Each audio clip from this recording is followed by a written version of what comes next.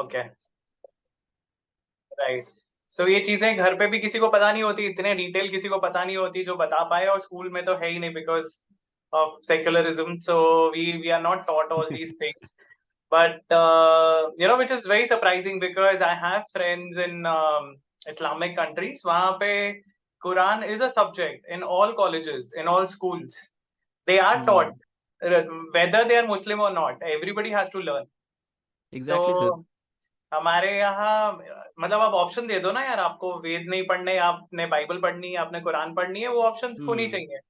क्योंकि आप secular country हो, उसका मतलब ये नहीं कि आप रिलीजन को पूरा खत्म ही कर दोगे Hmm. स्टडीज से. They should have actually given options to study whatever the person wants.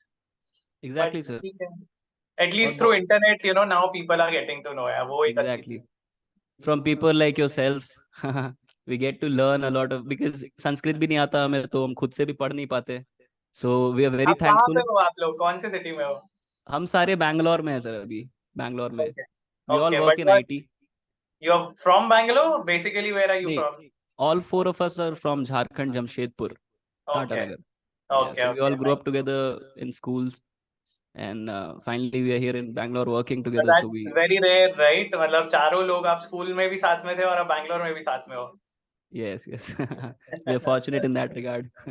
Nice. Nice.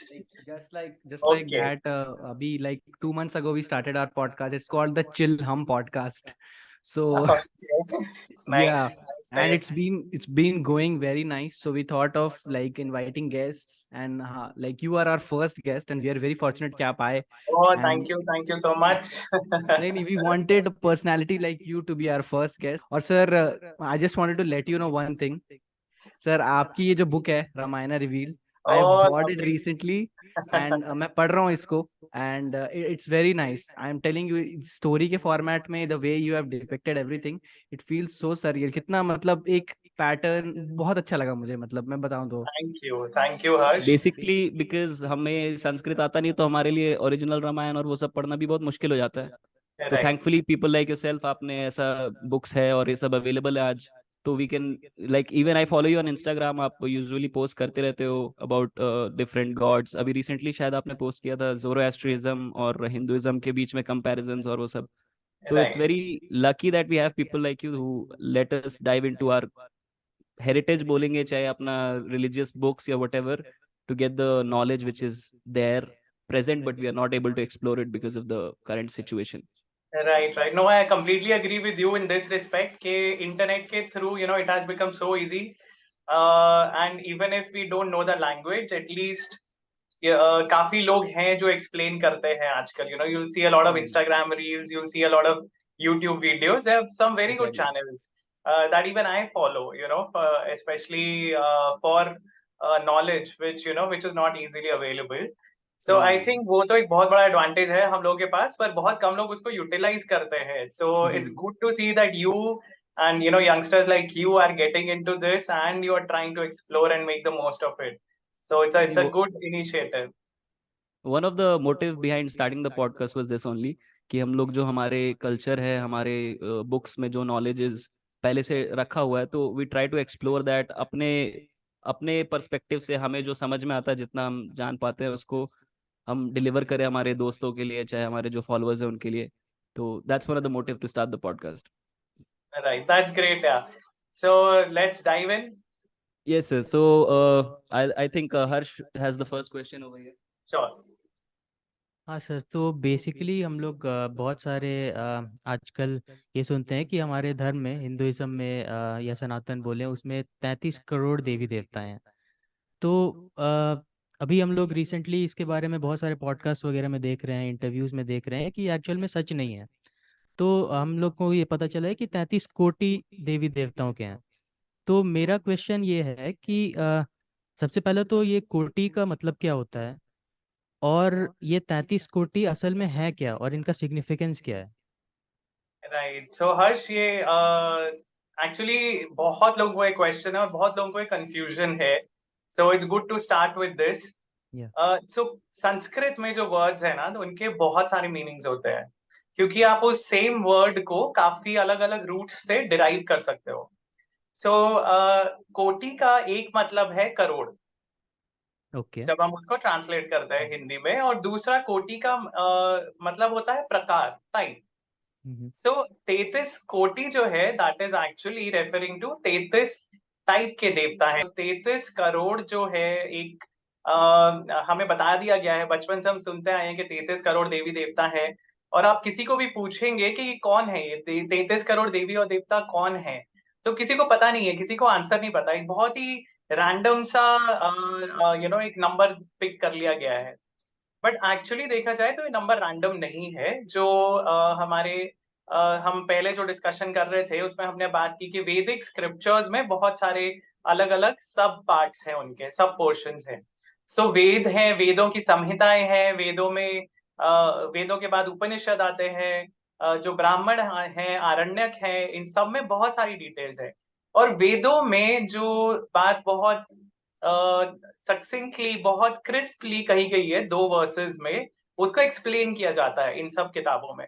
In fact पुराणों का लिखने का कारण ही यही है कि जो स्टोरीज वेदों में सिर्फ हिंट की गई है उनको एक्सप्लेन किया जा सके, ताकि लोगों को उसमें से कोई टीचिंग्स मिल सके, कोई लर्निंग्स मिल सके।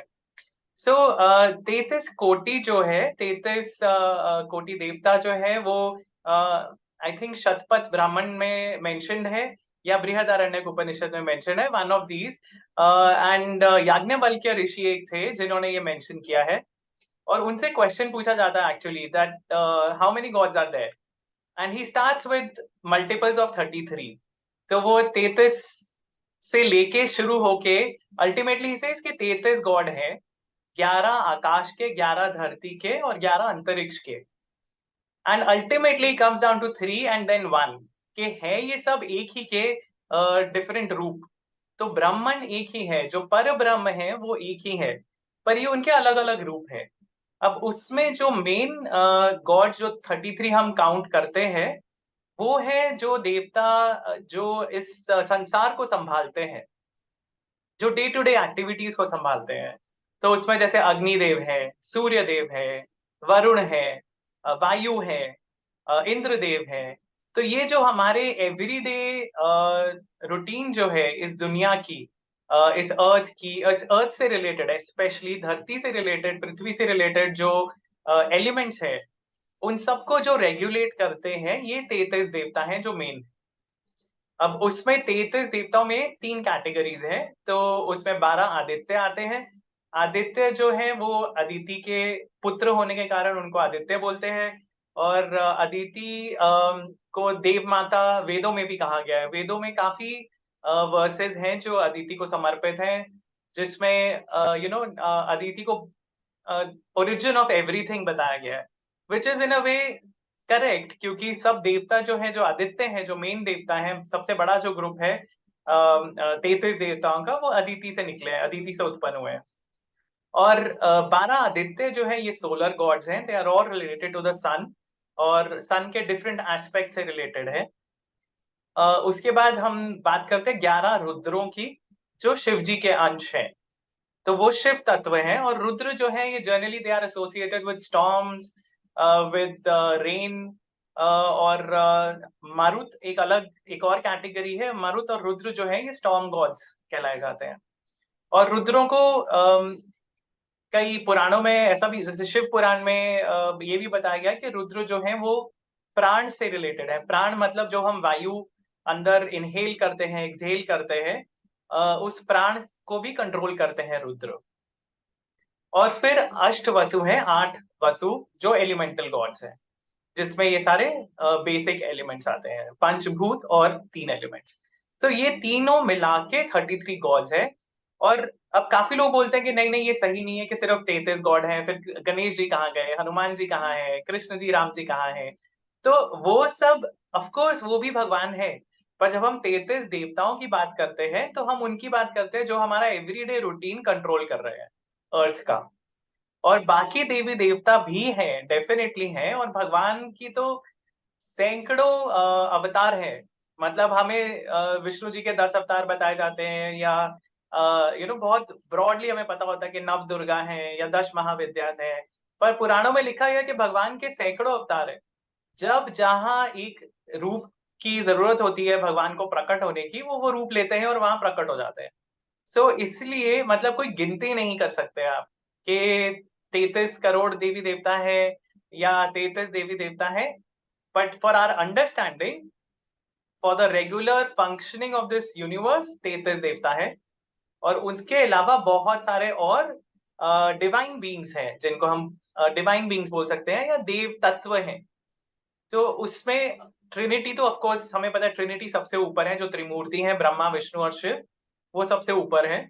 और देवी, तो ये चारों जो हैं ये एक हायर लेवल के हैं गॉड्स या हायर लेवल की एंटिटीज है। ये हायर लेवल के बीइंग्स हैं जो हर छोटी छोटी चीज में नहीं घुसते।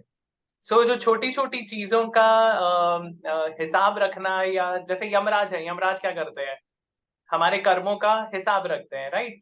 या शनि देव को बोलते हैं कि वो भी कर्मों का फल देते हैं।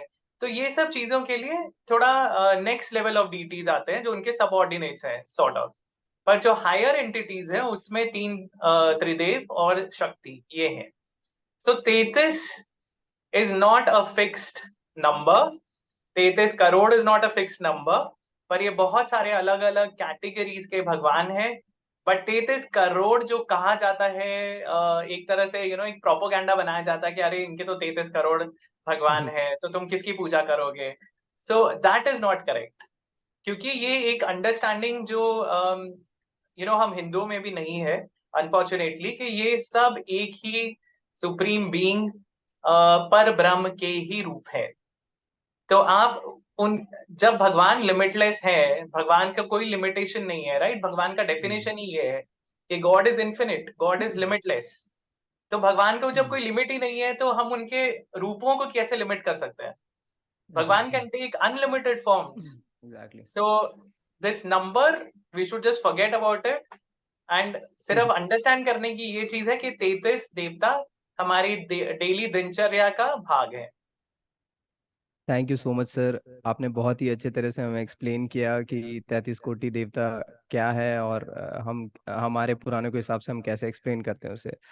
तो इससे मेरा दूसरा क्वेश्चन आता है आपके लिए कि जो आपने रुद्र के बारे में बताया, तो जितने भी रुद्र हैं, तो ये रुद्र के बारे में मीन्स कैसे हम जाने, जो शिव हैं, जो हम जो शिव के हम पूजा करते हैं, तो वो शिव भी उस रुद्र में ही आते हैं, और कितने तरह के रुद्र हैं और उनका क्या रोल है, अगर आप एक्सप्लेन कर सके तो बहुत अच्छा रहेगा। राइट। Thank so you. जैसा मैंने कहा, रुद्र जो है देव वो थोड़े से डिस्ट्रक्टिव गॉड्स है, पर डिस्ट्रक्शन मतलब नेगेटिव नहीं है वो।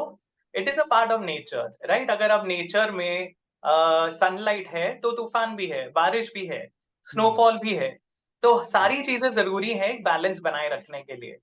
तो रुद्रों को जो प्रेयर्स डेडिकेटेड हैं वेदों में, रुद्र और उनके जो बाकी अनुयायी हैं उनके लिए जो प्रेयर्स डेडिकेटेड है, वो जनरली इस टोन में है कि जो ऋषि हैं वो उनको प्रे कर रहे हैं कि आप हमें डिस्ट्रॉय मत कीजिए, या आप हमारा लाइफ स्टॉक या हमारी फसलें डिस्ट्रॉय मत कीजिए। तो उससे हमें समझ में आता है कि वो एक वेदर से रिलेटेड एलिमेंट कंट्रोल करते हैं, स्टॉर्म से रिलेटेड एलिमेंट, रेन से रिलेटेड एलिमेंट कंट्रोल करते हैं।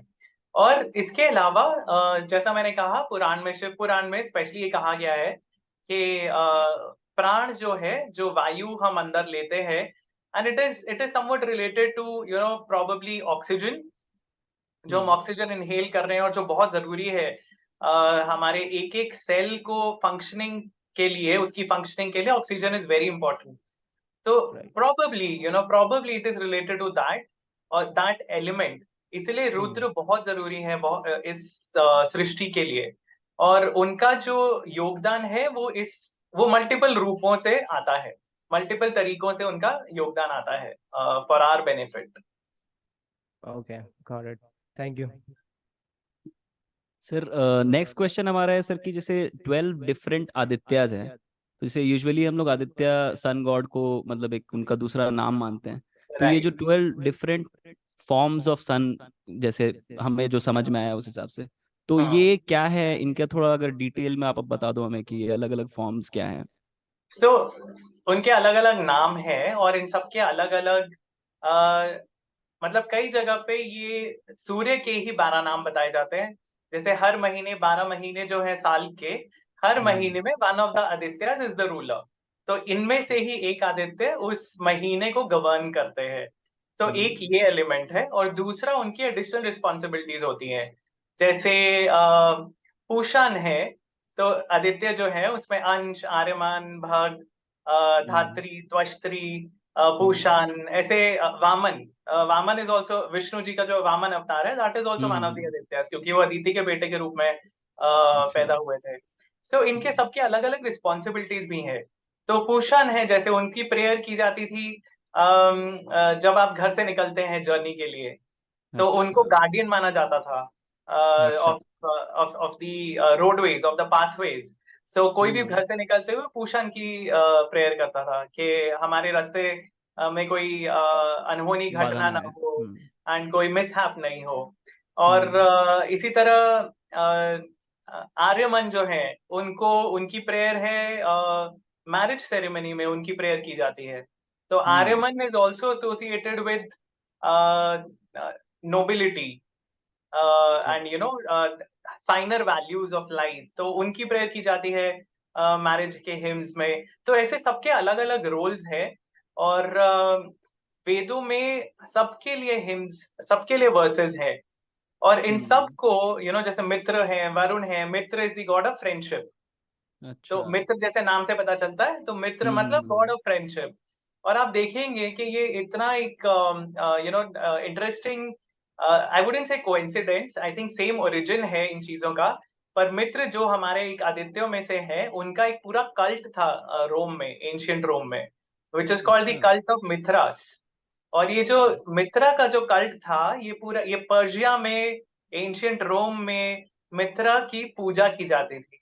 और इनफैक्ट जो oldest I think Sanskrit inscriptions मिले हैं दुनिया में, they are from Sumeria, and जिसमें संस्कृत नाम है, it is not completely in Sanskrit, पर संस्कृत नाम जिसमें पाए जाते हैं, तो उसमें मित्र का भी नाम है, और अश्विनी कुमारों का भी नाम है। तो ये हमारे जो गॉड्स थे, they were worshipped in a wide geography. ये सिर्फ इंडिया तक लिमिटेड नहीं थे, ये बहुत वाइड ज्योग्राफी में, एशिया में वर्शिप किए जाते थे। और मित्र का इंपॉर्टेंस उस चीज से भी पता चलता है कि जो सुमेरिया में जो मैं बात कर रहा हूँ, इंस्क्रिप्शन जो मिली थी, उसमें मित्र को एज अ विटनेस मेंशन किया गया है, because he is the god of friendship. तो वो कॉन्ट्रैक्ट्स के भी गॉड हैं, कि कोई भी आप एग्रीमेंट अगर कर रहे हैं, तो मित्र इज द विटनेस, कि हमने मित्र को साक्षी मान के ये विटनेस साइन किया, ये हमने एग्रीमेंट साइन किया है, गारंटर। सो ये दैट इज द ब्यूटी। जो अगर हम इनको और समझेंगे थोड़ा, इन देवताओं को, उनके कैरेक्टरिस्टिक्स को, तो वो it's very beautiful. They govern so many different things related to our daily lives.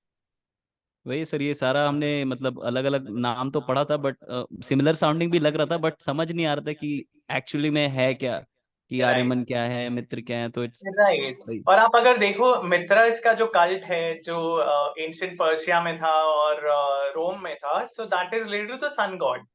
So clearly it's the same Mithras. It's not someone new. It's not someone different. It is an Aditya that they are talking about.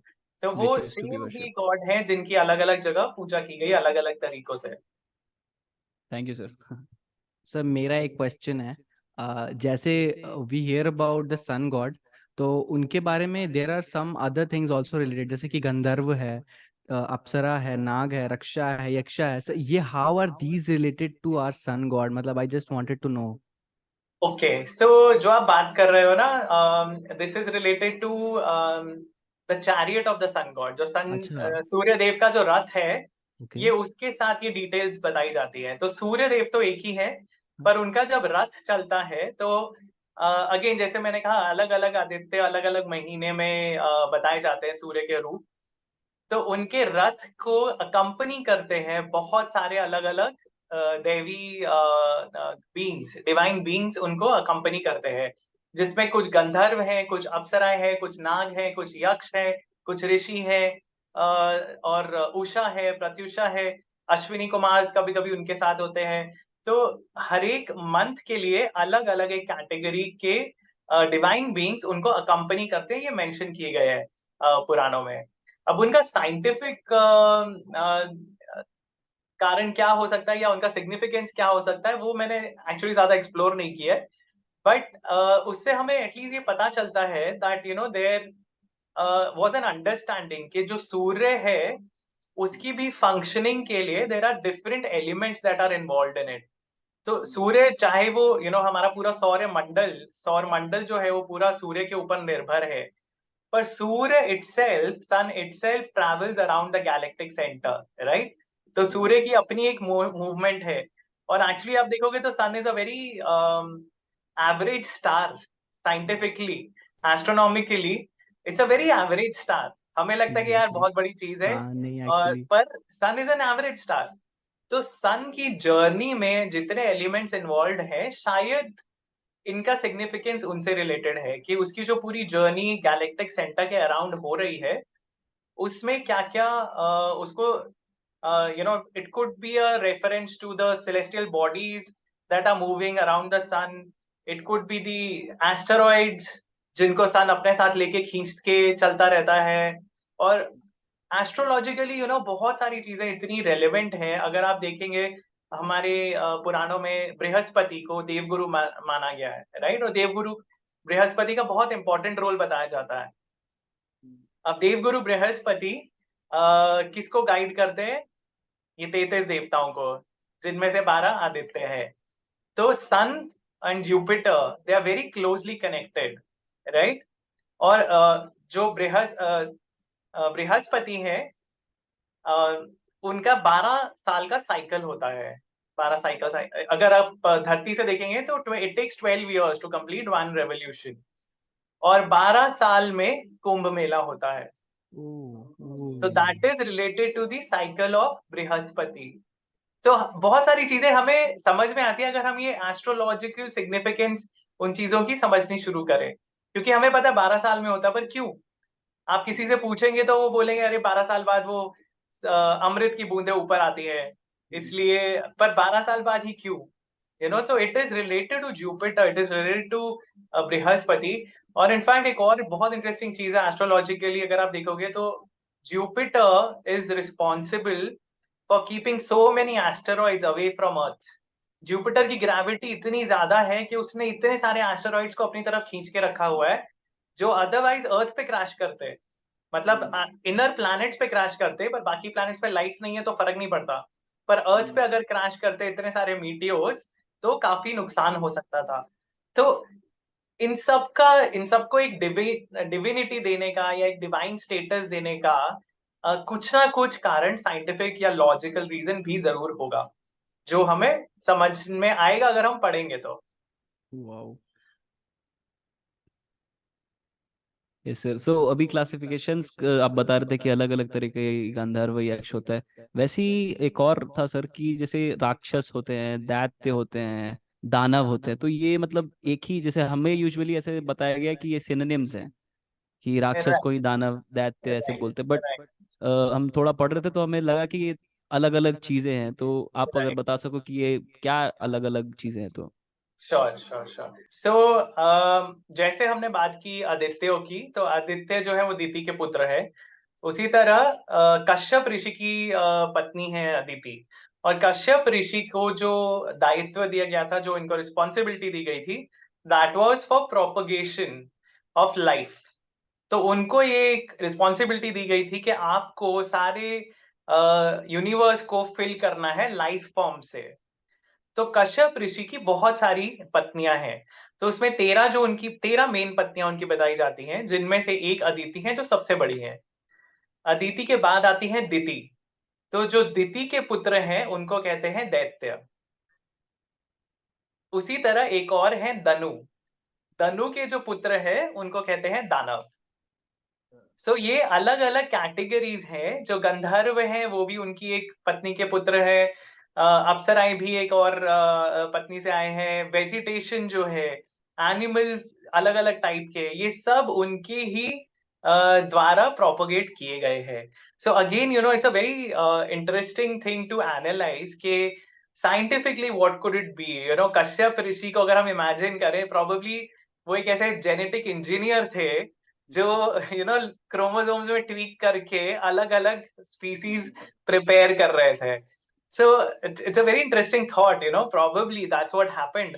और उसको story form में बताने के लिए और लोगों को, ताकि ये चीजें याद रहे, उनको इंटरेस्टिंग बनाने के लिए उन्हें बताया गया कि उनकी 13 पत्नियां थी जिनके ये सब बच्चे थे।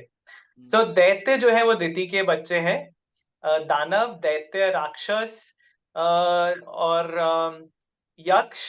यक्ष थोड़े मिडिल में आते हैं, वो they are in between good and bad. पर दैत्य, दानव और राक्षस ये ब्रॉडली ये असुर एक कैटेगरी जो है उसमें आते हैं। सर आपने अपने बुक में लिखा है रामायण रिवील्ड में एक आपने टर्म है जो जिसको हम असुर बोलते हैं, तो इसके बारे में if you can tell us more, क्योंकि हमारे मन में असुर का मतलब यही रहता है कि ये राक्षस है, बुरा बीइंग है, but you have Right. Explained something else in the book, तो if you could spread some light on that. Sure. So asura, देखिए वेदों में अगर हम जाते हैं ना, सो वेदों में असुरत्व मीन्स स्ट्रेंथ। सो असुरत्व जो है वो एक टर्म है which is even use for some gods. जैसे कभी कभी वरुण को भी या मित्र को भी असुर बताया गया है, तो क्योंकि वो बहुत पावरफुल है, तो वो बहुत स्ट्रांग है। तो ये हमें समझ में आता है कि it was not a purely negative term शुरू में। लेकिन जो ये पावरफुल बीइंग्स थे जो असुर कैटेगरी में बाद में आए, जैसे दैत्य, दानव और राक्षस, ये बहुत पावरफुल बीइंग्स हैं। अब कोई भी इंसान जो पावरफुल है, जैसे हनुमान जी भी पावरफुल थे, पर उन्होंने कभी मिसयूज किया क्या अपनी पावर्स को? कभी भी नहीं। उन्होंने अपनी पावर्स सिर्फ और सिर्फ यूज की लोगों को हेल्प करने के लिए। चाहे वो राम जी हो, चाहे वो लक्ष्मण हो, जब वो घायल थे, वो पूरी की पूरी पहाड़ उठा के ले आए संजीवनी बूटी के लाने के लिए, क्योंकि उन्हें ये ध्यान था कि और भी लोग इंजर्ड हैं, पूरी सेना को जरूरत होगी उसकी। तो उन्होंने जो भी काम किए वो दूसरों के लिए किए। तो उनके अंदर एक असुरत्व है, स्ट्रेंथ है, but he is not an असुर। लेकिन जो पावरफुल बीइंग्स नेगेटिव यूज कर रहे हैं अपनी पावर्स का, वो असुर हैं। तो उनके लिए जो वो टर्म था वो यूज होने लगा, वो कैटेगरी अलग बन गई असुरों की। और असुरों में आते हैं ये सब दैत्य, दानव, राक्षस। कभी कभी यक्ष उनकी साइड लेते हैं तो वो भी उसमें आ जाते हैं। कभी कभी नाग और दूसरे ऐसे जो बीइंग्स हैं वो भी उनके कैटेगरी में डाले जाते हैं। बट प्राइमरीली ये तीन है, दैत्य, दानव और राक्षस। और इन सब की अलग अलग कहानियां हैं, वो आप बुक पढ़ रहे हो तो आपको पता चल जाएगा। सो उसमें अलग अलग कैटेगरीज हैं। दैत्यों के बहुत सारे एग्जाम्पल्स हैं जिन्होंने और every time you see the same common thread कि उन सब को पावर चाहिए। उन सब, they are very greedy and they are very ambitious, तो is still a positive word. पर उनको, दे आर अनसेटिस्फाइड। उनको संतुष्टि नहीं है जो भी उनके पास है उससे। उनको और चाहिए, और उनको जितना मिले उतना कम है। तो वो एक कॉमन थ्रेड है असुरों का कि they first they don't use their power for good, और दूसरा they are never satisfied. Basically जो आपने अपने बुक में लिखा था कि सब ये जानते हैं कि रावण ने ही लंका बनाया था, और उसने ही लाइक वो गिफ्ट देने, like he wanted to gift it to Shiva ji. So basically आपके बुक पढ़ने के बाद पता चला कि नहीं, वो कुबेर, जो कुबेर भगवान है उनकी वो प्रॉपर्टी थी, पर ये रावण ने जाके उसे हड़प लिया था। प्लस बिल्कुल पुष्पक विमान को भी उसने ये कर लिया था। तो that's the thing, like you told कि जो असुर रहते हैं वो बहुत ही ग्रीडी रहते हैं, और वो अपने बिल्कुल पावर को मिसयूज करते हैं। तो जब वो मिसयूज करते हैं तो वी डिफाइन देम एज असुर। तो बिल्कुल I got that part. But coming to the very first question जो आपने बताया कि 33 कोटि भगवान है, और 33 कोटि भगवान होने के सिवा भी हम बेसिकली अपने घर पे गणपति और दुर्गा माँ और इनके, लाइक ये सारे भगवान की हम पूजा करते हैं। तो मेरा ये क्वेश्चन है कि हम वो 33 कोटि भगवान को हम क्यों नहीं पूजा करते हैं, इंस्टेड ऑफ कि जो भी लाइक गणपति हो गए और लक्ष्मी भगवान, लक्ष्मी माता हो गई, सरस्वती माता हो गई, तो इनकी पूजा करते हैं। सो देखिए, मैं तो ये, जैसे मैंने शुरू में ही बोला कि ये सब एक ही भगवान के फॉर्म्स हैं। बिल्कुल कोई फर्क नहीं पड़ता आप कौन से फॉर्म की पूजा कर रहे हो, as long as you hmm, understand कि ये सब अलग अलग रूप हैं एक ही हाँ, भगवान के, जो पर एक ही ब्रह्म है भगवान। उन्हीं के रूप है। तो कोई फर्क नहीं पड़ता आप कौन से रूप की पूजा कर रहे हो, आप भगवान की तो पूजा कर ही रहे हो ना। और करेक्ट। जो अगर आप कोई भी वैदिक यज्ञ करते हैं, अगर कभी भी आप हवन करते हो, तो उसमें वैदिक मंत्रों का ही उच्चारण होता है। और वैदिक मंत्र जो है वो सब ये 33 कोटि देवताओं से ही रिलेटेड है। सो उसमें मैक्सिमम जो है ऑफ कोर्स विष्णु जी के, शिव जी के, ब्रह्मा जी के भी वर्सेस हैं, देवी के लिए भी वर्सेस हैं, अदिति के लिए भी वर्सेस हैं, बट काफी सारे हिम्स जो यूज होते हैं वो आदित्यों से रिलेटेड है, रुद्रों से रिलेटेड है, वसुओं से रिलेटेड है। सो ऐसा नहीं है कि इनकी पूजा नहीं होती, इनकी पूजा होती है, एक अलग तरीके से होती है। और अदरवाइज भी तो अगर हम चांद की पूजा करते हैं ना, अभी करवा चौथ पे क्या होता है, चांद की पूजा करते हैं, राइट? या अगर आप सूर्य देव का सूर्य नमस्कार करते हैं या आप सूर्य को जल चढ़ाते हैं, तो वो एक आदित्य की पूजा हो रही है, राइट? और ऐसे काफी मंत्र हैं जो बोले जाते हैं जिसमें उनकी रुद्रों के लिए जो है महामृत्युंजय मंत्र जो है वो भी रुद्र के लिए है, वो भगवान शिव के लिए है, त्र्यंबकम वाला जो है। इनफैक्ट बहुत सारे पुराणों के भी जो स्टोरीज हैं उसमें भी ये इम्पोर्टेंट रोल है इन 33 गॉड्स का। सो हम अब प्रॉब्लम ये कि हम पढ़ते नहीं है, हमने ना वेद पढ़े ना हमने पुराने पढ़ी है, तो हमें मैक्सिमम जो कहानी पता है अपने रिलीजन के बारे में वो होती है रामायण और महाभारत। तो उसमें जो फीचर करते हैं हमें वही पता है, हमें वही लोग पता होते हैं। तो ब्रॉडली ये एक प्रॉब्लम है, बट ऐसा नहीं है कि ये पॉपुलर नहीं थे या नहीं है, उनकी भी पूजा की जाती है, अलग अलग तरीके से की जाती है।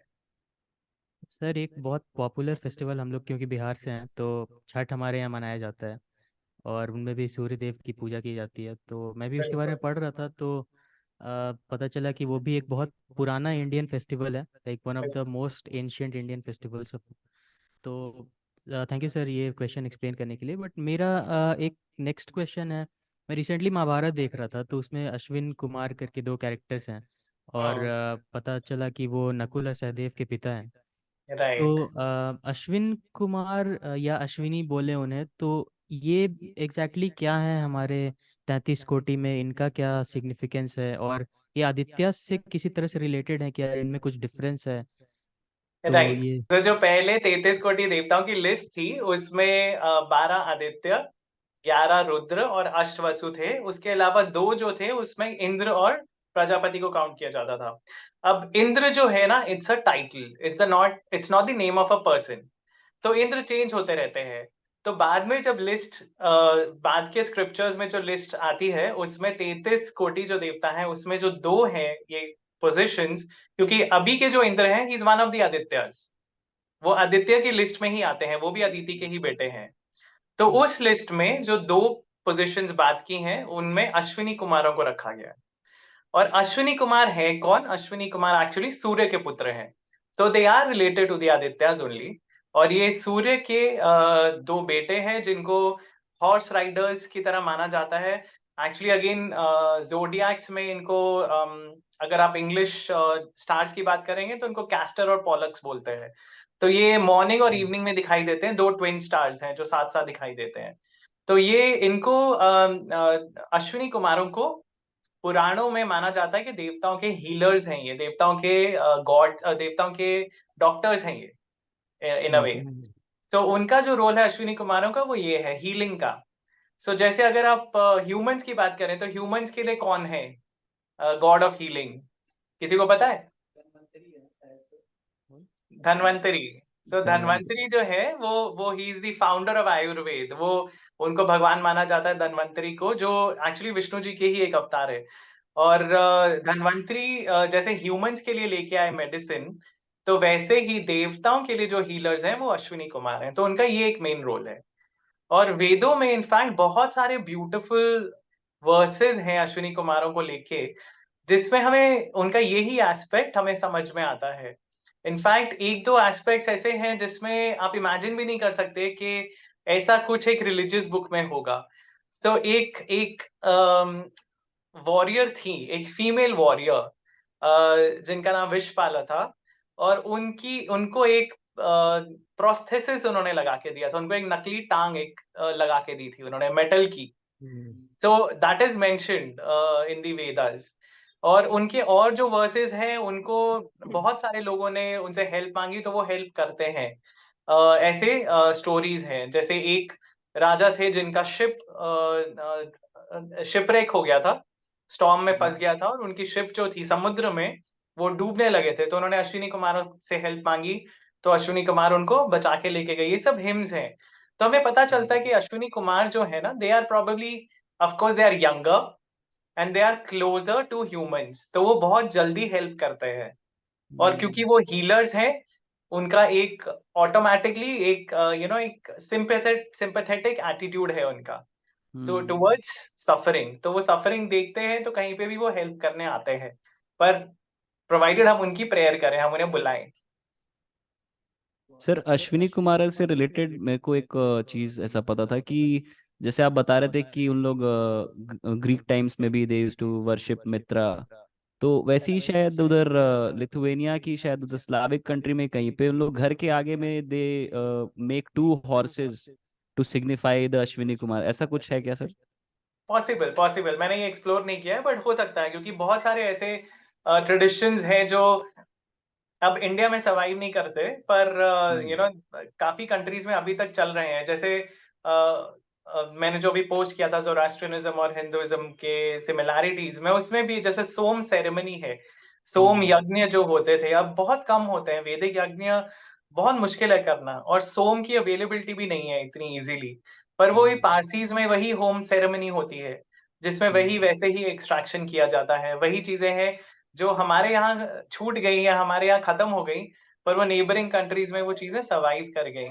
सो पॉसिबिलिटी है, बिकॉज हॉर्समैन जो है और ट्विन हॉर्सेस का काफी सिग्निफिकेंस है काफी सारे ट्रेडिशंस में। सर तो बेसिकली अभी क्या हुआ रिसेंटली कि week before friend like we were hanging out और हमारा डिस्कशन हुआ नॉन डुअलिज्म के ऊपर।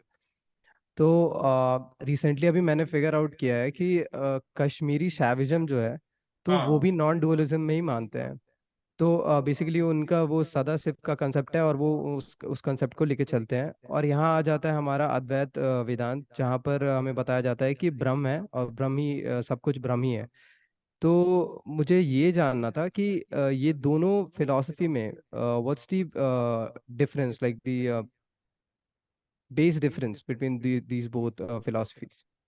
सी ब्रॉडली आई टेल यू कि बहुत सारे दर्शन शास्त्र हैं हिंदुइज्म से रिलेटेड, जिसमें काफी ऋषियों ने मनन चिंतन करके they came up with some ideas, कुछ फिलोसफीज जो उन्होंने सोची।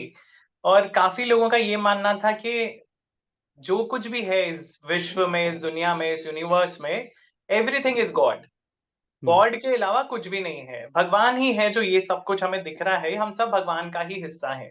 Right, so that is the concept of Advaita, कि अद्वैत दो नहीं है, एक ही है। एक ही है। एक ही है, सब कुछ एक ही है, पूरा ब्रह्मांड एक ही है, भगवान का ही हिस्सा है। जो दूसरा जो थॉट है जिसमें द्वैत फिलॉसफी है, उसमें यह माना जाता है कि दो एंटिटीज हैं। एक स्पिरिचुअल एंटिटी है जो भगवान है, और बाकी सब जो मटेरियल चीजें हैं वो एक दूसरी एंटिटी है। वो निकली भगवान से ही है, पर अलग है। पुरुष और क्योंकि आत्मा। हाँ, पुरुष और सॉरी, आत्मा, पुरुष और प्रकृति। पुरुष हाँ और सर। प्रकृति कह सकते हैं। तो उस हिसाब से कि पुरुष से ही सब ओरिजिनेट किया है, but now it is not a part of पुरुष। वो एक अलग एंटिटी बन गई है, क्योंकि हम देखते हैं मटेरियल चीजें हैं वो डीके होती हैं, मटेरियल चीजों में उतार चढ़ाव होता है, पर स्पिरिचुअल जो स्पिरिट है, सोल है, उसको हम बोलते हैं, उसको ना शस्त्र काट सकते हैं, ना पानी गीला कर सकता है, ना आग सुखा सकती है। पर राइट। मटेरियल चीजें हैं जो वो सब डैमेज भी होती हैं, वो उनका वेयर एंड टेयर भी होता है। सो एक ये थॉट ये है कि यार फिर ये अगर ये सब भगवान का पार्ट है तो इसमें ऐसा सब कैसे हो रहा है। So that was the correct. Second thought that emerged, कि द्वैत फिलॉसफी है जिसमें अलग अलग है ये दो एंटिटीज। पुरुष एक है, प्रकृति अलग है, या परमात्मा एक है और उनके जो पार्ट्स हैं वो सब अलग हैं सब उसी के, ओरिजिन वही है, सोर्स वही है, पर ये एक अलग पार्ट्स हैं। सो दोनों फिलॉसफीज में कोशिश यही है कि भगवान से जुड़ने की दोबारा। तो भगवान ने जो स्प्रेड किया हुआ है, अगर हम अद्वैत भी मानते हैं तो हम मानते हैं हम ही भगवान का पार्ट है, पर वो रियलाइजेशन इज भगवान से जुड़ना। जब आपको एक्चुअली वो रियलाइजेशन होती है कि हाँ मैं जो हम बोलते हैं अहम ब्रह्मास्मि, तो उसका मतलब ये नहीं कि भाई मैं भगवान बन गया हूँ। उसका मतलब ये है कि मुझे पार्ट ऑफ गॉड। हाँ, मुझे ये रियलाइजेशन हो गई है कि मैं भगवान का ही पार्ट हूँ, और वो एक्चुअली रियलाइजेशन हो गई है, सिर्फ थ्योरेटिकल नहीं, but now I actually feel it inside मी।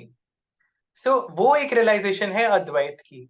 और द्वैत में ये है कि हमें भगवान के साथ जुड़ना है, विच इज आत्मा और परमात्मा का मिलन। तो जैसे एक समुद्र की लहरें जो है, वो उसमें समुद्र का सारा प्रॉपर्टीज है, समुद्र की सारी प्रॉपर्टीज है उसमें, राइट। आप उसमें से अगर एक ग्लास आपने पानी भर लिया, उसमें वही प्रॉपर्टीज है जो पूरे समुद्र में है, पर वो ग्लास में अरे जो पानी है वो अभी अलग है। तो हम्म उस पानी को दोबारा समुद्र में मिलना है, वो एक डुअलिटी है कि फिलहाल ये अलग है पर उसको जुड़ना वहीं से है। तो योग, जो हम योग की बात करते हैं, काफी लोगों को लगता है योग मीन्स आसन और सूर्य नमस्कार और हम्म प्राणायाम, पर योग का पर्पस यही है, योग मीन्स जॉइनिंग। तो योग का मतलब यही है, आत्मा और परमात्मा को जोड़ना इज योग। और उसमें बहुत सारे स्टेप्स आते हैं, जिसमें से ये भी है, आसन और प्राणायाम भी 2 स्टेप्स हैं। तो ओके ये द्वैत और अद्वैत ब्रॉडली ये फिलोसफीज हैं। अब इनकी सब टाइप्स भी काफी सारी होती हैं, पर उसमें हम अभी नहीं जाएंगे बिकॉज वो थोड़ा टेक्निकल हो जाएगा। हाँ बट ब्रॉडली ये है उनका difference. Okay, thank you sir. Sir मेरा फैसिनेशन थोड़ा भगवान विष्णु से है थोड़ा ज़्यादा, क्योंकि हम उनके अवतारों के बारे में पढ़ते रहते हैं रेगुलरली। तो ऋग्वेद में, आई मीन हमारे वेदों में भी भगवान विष्णु का मेंशन किया गया है। और ऋग आई मीन हमारे वेदों में इंद्र को सबसे सुपीरियर पोजीशन दिया गया है, मगर विष्णु का भी एक सपोर्टर वाला रोल रहा है वहाँ पर। तो मेरे को ये जानना था कि विष्णु का एग्जैक्ट रोल क्या था वेदों में, अगर आप उस पर थोड़ा डिस्कस तो कर सकें तो। हर्ष, मतलब ये एक अगेन ये एक चीज ऐसे फैलाई जा चुकी है कि Indra is the supreme god in Vedas, तो हम सब मान के चलते हैं उसको, पर ऐसा एक्चुअली नहीं है। देखिए, इंद्र लीडर है 33 देवताओं के, तो of course he is superior, considered superior, जैसे prime minister is superior than the cabinet ministers. तो इंद्र सिर्फ इसलिए सुपीरियर है क्योंकि वो लीडर हैं उन गॉड्स के। और विष्णु जी की जो बात की गई है वेदों में, ज्यादातर वामन के रूप में की गई है, जो एक आदित्य है।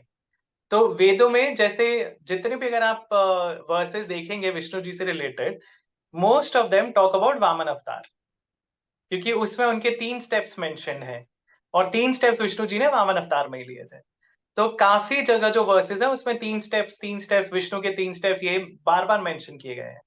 लेकिन ऐसे भी वर्सेस हैं जिसमें ये कहा गया है कि विष्णु जी का जो रेजिडेंस है वो इस लोक के भी परे है, जहां तक ऋषियों की दृष्टि भी नहीं जा सकती। विष्णु जी और एक ये ना बहुत ब्यूटीफुल कॉन्सेप्ट है वेदों का एक्चुअली, जो हमें पता नहीं है क्योंकि किसी ने बताया नहीं है हमें कभी। तो वेदों का बेसिस जो है ना, वो पॉलीथीइज्म नहीं है, इट इज समथिंग कॉल्ड हीनोथीइज्म। हीनोथीइज्म का मतलब है कि आप मानते हैं एक ही भगवान है जिनके अलग अलग रूप है। तो आप जब किसी भी एक रूप की पूजा करते हैं, आप उस रूप को सुप्रीम बोलते हो। तो उन वर्सेस में उस रूप को सुप्रीम बताया जाता है, क्योंकि आपको ये रियलाइजेशन है कि ये सुप्रीम बीइंग के ही रूप है। सो that is the beautiful concept of Vedas. तो उसमें जब आप विष्णु जी के बारे में वर्सेस पढ़ेंगे ना, आपको उसमें भी पता चलेगा कि ये सुप्रीम है। उनके वर्सेस में यही बताया गया कि इनका परम पद है ये, जहां पे वो रहते हैं। शिव जी के बारे में, रुद्र के बारे में, जो स्कंभ है, Skambha Skambha is the basis, the pillar of the universe, जो जिसको हम पुराणों में शिवलिंग मान सकते हैं। तो स्कंभ जो है, जब स्कंभ के बारे में डिस्क्रिप्शंस हैं, तो उसमें ये है कि सारा यूनिवर्स स्कंभ के अराउंड रिवॉल्व कर रहा है, ये पिलर है, एक्सिस है यूनिवर्स का। तो जो शिव जी से रिलेटेड है बेसिकली, तो हिरण्यगर्भ जो है ब्रह्मा जी, उनके बारे में जो वर्सेस है उसमें उनको सुप्रीम बताया गया है। अदिति के बारे में वर्सेस है, उनको सुप्रीम बताया गया है। तो ये एक बहुत गलत धारणा है और बहुत गलत कंक्लूजन है, जो जबरदस्ती हम सबको सिखाया जाता है कि इंद्र सुप्रीम है। इंद्र डेफिनेटली एक इंपॉर्टेंट भगवान है वेदों में, क्योंकि he is a leader of the 33 gods. लेकिन सब भगवान, हर भगवान के रूप को अलग अलग सुप्रीम बताया गया है अलग अलग वर्सेस में, और उसका कॉन्सेप्ट यही है हीनोथीइज्म का। हाँ सर, वी थिंक कि आज के लिए इतना सारा क्वेश्चंस इनफ था। And thank you very much, sir. हमें My pleasure. I'm sorry I had to change the time थोड़ा आगे पीछे. नहीं sir, it's all good. I'm actually traveling tomorrow. Work trip है तो उससे related कुछ था. But Hmm. good to connect with you guys and all the best. करते रहो ऐसे ही आगे बढ़ते रहो और keep अब sharing the knowledge. जो भी आप सीखते हो, make reels, make posts, do whatever is needed because internet ने डेमोक्रेटाइज कर दिया इंफॉर्मेशन को. पहले ऐसे था कि जो पढ़े लिखे या संस्कृत के विद्वान थे वही ये सब चीजें जान पाते थे या अपने शिष्यों को सिखा पाते थे. exactly. Now I think it is we are lucky कि हम लोगों के पास ये अपॉर्चुनिटी है और हम ये चीजें सीख भी सकते हैं और दूसरों को भी सिखा सकते हैं. So I wish you guys all the best for this podcast, Thank you so much, for sir. This Thank you. Channel, and see you again sometime. We'll do some Sure, other sir, sure. episodes. We'll have another episodes क्योंकि अभी हमें questions पे discuss कर ही रहे थे तो हमें लगा कि अभी जो हमारा topic था 33 qualities of God उससे अलग हो जाएगा. So we'll probably have another podcast with you surely, maybe hopefully in person next बार और हम लोग Sure. करेंगे साथ में. Thank you so much, sir, एक और All बार आने right. के लिए. Thank you so And we all much. love your content, sir. We follow you on Instagram. So just love everything that you're doing. So thank you for Thank you, buddy. everything. Thank you so much, Thank you, and sir. all the best. Thank you. so much, sir.